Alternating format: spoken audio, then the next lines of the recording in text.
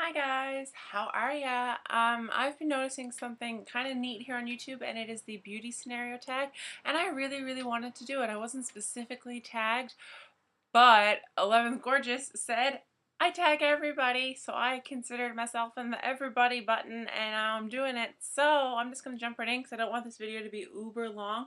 So basically it's just 8 questions. Some of them are a little bit weird. I'm going to try my best to be as honest as possible and talk to you about whatever pops into my head. I'm having a lazy day, sorry in advance. But anyway, the first question, they're on my phone, I apologize. The first question is, you have to get rid of all of your foundations and you can only keep one high-end and one drugstore. Which do you keep? Well, this is funny because for my high-end ones I have one for like spring summer and one for winter fall. So technically I still only have one depending on the season. So if it was winter, I would pick the Benefit Better Than BB Big Easy Liquid to Powder Foundation. I love this stuff, and it does dry like a powder, and I don't get cakey when I have it on my face. So that's what I would have for the winter time as my high end. And for the like spring summer, not that we actually get that here in Newfoundland, I picked the Urban Decay Naked Skin, and I'm in the shade 2. The only thing about this is I recommend you give it a really good shake before you like pump it to apply it to the skin, just because. And I find using the wet beauty blender is way easier to apply this stuff than with a stippling brush, just so you know. But this is my favorite summertime foundation. And then drugstore all year round, I picked my personal all-time favorite drugstore foundation. It's like a holy grail, and it'll always be in my makeup bag. And it is the Revlon Color Stay Makeup for combination to oily skin, and I'm in the shade 150, which is buff. So that would be the drugstore foundation, which is still a little pricey for a drugstore foundation, but that is probably my favorite drugstore foundation in the history of drugstore foundations. I do have other ones, but those are the holy grails. So, question number 2. You go for an interview and the lady interviewing you has lipstick on her teeth. Do you approach the subject or ignore it completely? Well, that would depend on the job interview, like the type of job. If it was like a retail-y place like Walmart or whatever, I probably really wouldn't care because it's just Walmart and nobody cares. But if it was something like Sephora or MAC or Ulta or like a beauty boutique, yeah, because I would think it was a test. How would I approach it? I would just be like, you got a little something kind of thing. But no, I wouldn't. I don't know. I'd be really nervous about it, but I would like to think that if it was in a makeup store, 9 chances out of 10 it was done purposely and they're testing you. That's my theory. So I'd have to approach it. I just don't really know how I would approach it, but I would try to be as polite as humanly possible about it, because I do think that it would totally be a test if it was in a makeup place. That brings me to question 3. You're not feeling yourself and need a pick-me-up. Which lipstick do you put on to make yourself feel beautiful? I don't think there's one specific one, but pretty much anything I have from MAC. So Lovelorn is probably my all-time favorite. Lovelorn, Dare You, Cockney, Fanfare, Luster, and any of the lippies from Sharon Osbourne's MAC collection as well. They're all awesome. The lip glasses are really nice. So yeah, okay, so that's my favorite lippy product. I'm not a big lip gloss person, but totally a MAC lipstick. Okay, now that I really think about it, out of all the ones I just listed, Lovelorn is definitely my favorite. That's like almost gone. That is a holy grail. I've beaten the life out of it, and that's like an officey color. But this morning I felt like I needed a pop of color, so I just grabbed Cockney by MAC, and I said, what the heck. And now I'm having a red lippy kind of day. So probably a tie between Lovelorn and Cockney and the Osbourne stuff. Yeah, okay, that's a whole lot of options. Sorry, guys. Question 4. You go back in time to Sorry. Question 4. Let's try that again. You go back in time for a day to your teenage years. How would you do your hair and makeup differently? Well, I would discover a straightener. When I was in junior high, my hair was a lot longer than what it is now. Like, it was down past my butt. Now it's just to my boobs. And, God, that's a nice little explanation for you guys. Using the body parts. But anyway, yeah, so it was down to my butt, and my hair, like the bottom layer of it is really, really frizzy and it has like a tight curl, but the top layer dries with like a natural wave. And if my whole head dried like that, I wouldn't straighten my hair at all. But I need to straighten my hair, and I'd also discover um, probably curling wands, because the kind hair curl secret wasn't out until this year, so that didn't exist when I was a teenager. But yeah, a curling wand with the protective glove. Those would be the two things that I would really want to really do differently. And I didn't really wear makeup until the last year of high school, and it was literally just maybe a little bit of CoverGirl face powder, and that was it. Like, I never really wore a lot, not because I wasn't allowed, but just because I really wasn't into it. It wasn't until college where I really started to enjoy makeup and want to invest in it. So yeah, my hair is driving me crazy. Okay, so that brings me to question 5. You ask your hairdresser for a shoulder length Pixie Lott haircut, but they hear wrong and give you a pixie cut. Do you A, smile, say thank you, leave and call your mom hysterical, B, cry in the chair and things get awkward, or C, complain to the manager and demand a refund? Well, I have a hairdresser phobia.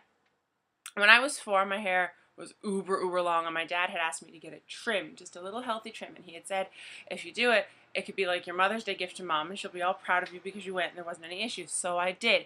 Anyway, like, I wanted this much taken off, and that's what Dad told the hairdresser. So then the hairdresser was like, got it, that much taken off, no problem. So I'm 4, guys. So I was all like, Daddy, I'm a big girl, I can do it. And I sat in the chair, and I told him he could wait in the waiting room, because I was, like out in the reception area. It was like one of those stupid hair salons at Walmart. And she put my hair in a ponytail, and she hacked the whole thing off. Like, I was up to my ears. I went from hair down to my butt to my ears, and as a 4-year-old, I may or may not have stabbed her with scissors. That is not the point. I had a freak out, and anyway, I don't know what my dad did because I was too busy having a mental breakdown, but I haven't been able to willingly go get my hair like chopped since. The hairdresser I have now, I've had since I was 16. I'm 22. And when I say I want this much taken off, she knows I want that much taken off. And there's no nothing. I told her the stabbing of the hairdresser story when I was 4. And I told her I was not beneath me to do it again. So to tread safely. And she's very understanding. She likes me though. So that's good. So yeah, I would just stab someone. That sounds like something I would do. Sorry, I think I have lipstick on my teeth. I may or may not do that on purpose. No, I'm good. Okay, I thought I was just imagining it. Sorry, guys. So gonna edit that out. Question 6. Your friend surprises you with a 4-day city break and you have 1 hour to pack. Which do-it-all palette do you pack in your makeup bag? That's a hard question. But the only palette that I have bronzer and blush and a lippy in, as well as like eyeshadows that could double as an eyeliner, is the Divergent palette from Sephora. So I would have to take that one just based on logic, because I've got 3 colors, so I could do my whole eye, and the darker shade could double as an eyeliner if I apply it correctly. And then there's a bronzer and like a neutral blush, like a mauvey pale pinky blush, and a lip gloss. So that would be the Do-It-All palette, because yeah, it has oh my goodness me, blush and bronzer in it. Yeah, that's a hard question. I don't use that one a lot. Like, it's more for a dramatic eye, but with a light hand, you could totally get away with it, I think. Question 7.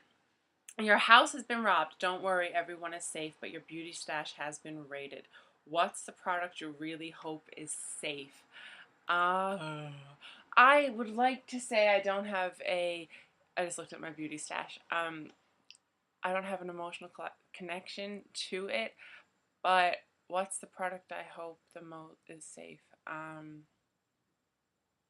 think probably just the drawer of high-end eyeshadow palettes that I have, because there's so many. Like, I've got 2 Stila, Smashbox, all of the Urban Decay palettes, but like the 4 Naked Flush, Nakeds 1, 2, and 3, Naked Basics. What else do I have in there? I've got like my Too Faced Chocolate Bar palettes in there.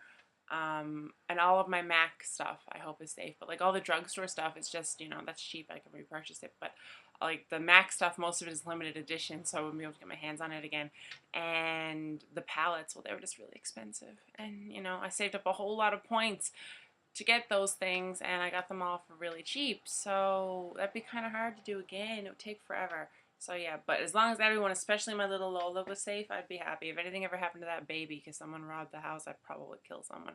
There wouldn't be a need to touch my makeup stash because I'd have you killed. That's kind of it. My dog is my life, and I love her. She's my baby, and there's nothing I wouldn't do for her. So she's the priority. But yeah. Okay, question 8. Your friend borrows your makeup and returns it in awful condition.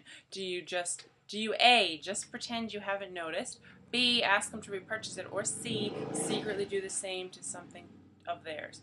Okay, this is weird, but my friends who know me well know how I roll, and I would expect them to repurchase it just because I take really good care of things that people lend me, and they know how I feel about lending out my things because I worked hard for what I have. And I know that sounds a little weird, but I don't care because my friends know what they're in store for when they borrow stuff from me. I've never had a friend return anything in bad condition, and so I've never had to deal with this.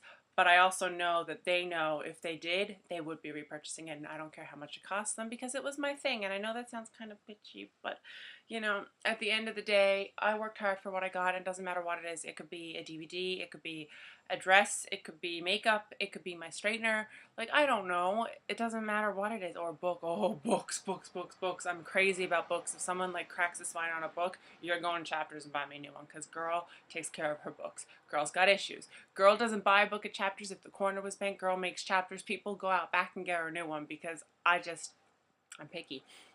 So yeah, I know it sounds crazy. I know some things happen for like an accident or whatever, but that's fine. But like if it's just downright reckless carelessness, well, you'll never get to borrow anything belonging to me ever again. But at the end of the day, no. Just no. It's just not allowed. I forbid it. So yeah. So that's my beauty scenario tag. I know that was a little crazy. It's kind of harsh on question 8, but they're little foreign questions, but that's how I feel. I'm weird like that. And yeah, that's it. I think. If there's any other cool tags floating around here on YouTube, guys, tell me about them in the comments below because I'd love to do them. They're kind of fun. That one really made me think, but I liked it a lot. So who do I tag that already hasn't been tagged? I don't know. I don't know if Miss Glamorazzi's been tagged here on YouTube, so I'll probably tag her. But I want to tag everyone. If you have your 2 cents on this topic, tell me in the comments down below. I will type out the questions for you so you don't have to go looking for them. I want to thank Leanne Says for doing that in her description because I looked at like 7 videos and nobody had the questions posted, but at Leanne Says did. So thank you. Go check out her scenario. She's awesome. I love her. Her and 11th Gorgeous are my 2 favorite YouTube channels here. And Miss Glamorazzi's another one, so go check her out. They're all really, really good, and I enjoy them. The Canadian girls I've been enjoying are Alice and Danielle, and Makeup by Ashley, I think is exact. I can't remember the exact like handle on it, but her name's Ashley. I will link them in the comments down below just because, you know, gotta support some Canadian YouTube because I know they know how I feel about finding things sometimes. Anywho, so that's it for me. Link me to your tag. I want to know what you think about the beauty scenario tag. What would you do if all your makeup was robbed? Would you freak out?